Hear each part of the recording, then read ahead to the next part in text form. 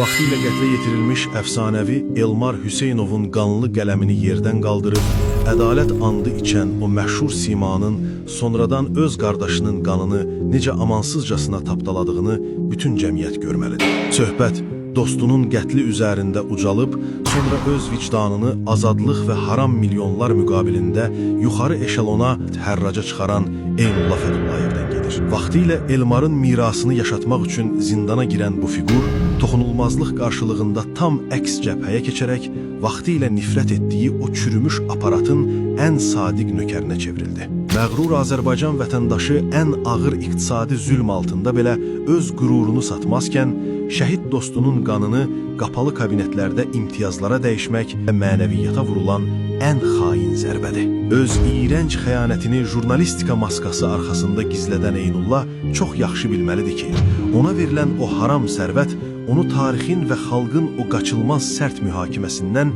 heç vaxt qoruya bilməyəcək.